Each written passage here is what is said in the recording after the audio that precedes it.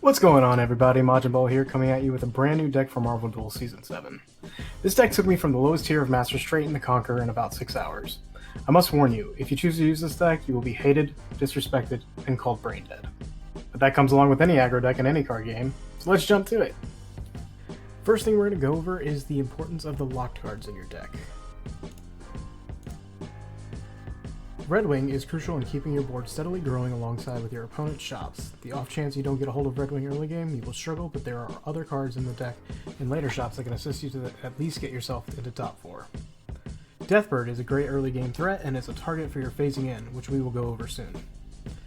Red Hulk is your final board strength increase. If you can manage to get him to level 4, you should be able to attain first place, so long as you are paying attention to what your opponents are playing and countering accordingly. Now onto the primary cards in Star-Lord's deck. Nebula is your most important card in the deck. She is not necessarily needed to win, but she is the card that can assure you easy victories in the early game. With the new changes in the recent update, her power now increases according to the amount of red cards you have on the field. Rocket's Jetpack can be extremely useful on your Black Cat. We will go into that when we reach that Spider-Man section. The remainder of the cards in this deck are essentially filler, or used as a side option, but some cards, such as the Milano and Opening Act, can come in handy in a pinch.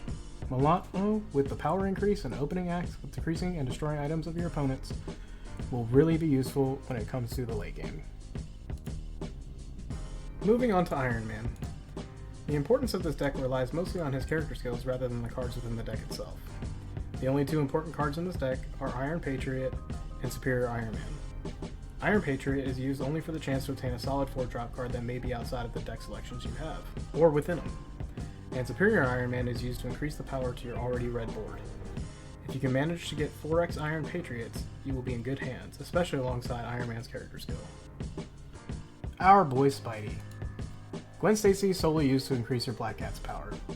Black Cat plays a critical role in this deck, as she is used to take out any frontline threats in the early game. Remember when we mentioned Rocket's Jetpack? With Black Cat's Annihilate ability, put on Rocket's Jetpack to double her power due to critical hit and assure death to any frontline threat in the early and mid-range of the game.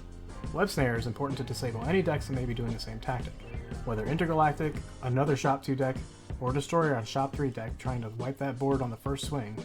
Web Snare is super important. The remainder of these cards are essentially filler, as most of the game you will be chilling in Shop 2. If you manage to find yourself in Shop 6, great responsibility is solely to create yourself a monster with Black Cat. With 60 shield, Annihilate, and taking additional actions, she will be quite the powerful force. Just be sure not to have Rocket's Jetpack equipped, or else all those additional actions will be cancelled out. The neutral deck. Outrider is another key component to keep your board's power ahead of your opponents. It may not seem like much to have +1, 2, or 4, but with your entire board being red, trust me, it's important. Hydra Bombardment is critical to counter any Doctor Strange, Grandmaster, or Spider-Man deck looking to create any sudden surprises. Grab these whenever you can.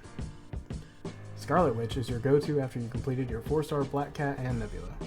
Since these two are really the only other cards you will be receiving the buff outside of Superior Iron Man, that takes us to our next card, Phasing In. If you find yourself struggling to maintain dominance as you approach round 6, use Phasing In to target your Deathbird, Red Wing, or other dire situations, your Outrider. In the off chance you receive a 4-star card that can benefit from Scarlet Witch, you've got yourself a winner. But this is a gamble. Be careful. Finally, we move on to the abusive power of the character skills.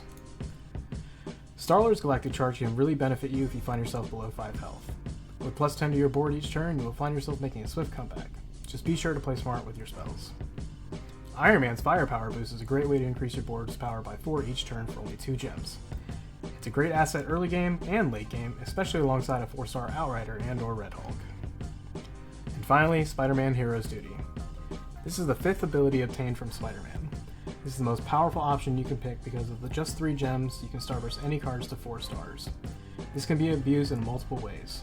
Early game, if you've only managed to find 1 Red Wing, starburst it to 4. Drop all the important cards, buffing them each time before bursting them, increasing their power dramatically. After repeating that a few times with each Red Wing, you can then use it on 1 Scarlet Witch as well, giving a permanent +8 to your board, especially if you've got several different camp cards.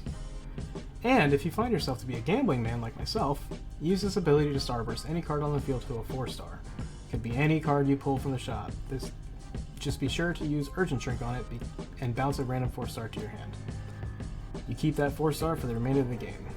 Because of this ability, eliminating the card after the turn is over, using Urgent Strength on this card will cause that card to be permanent. Because of that, this ability is terribly broken. So if you happen to have it, use it while you can, because it is sure enough to receive a nerf in a future patch.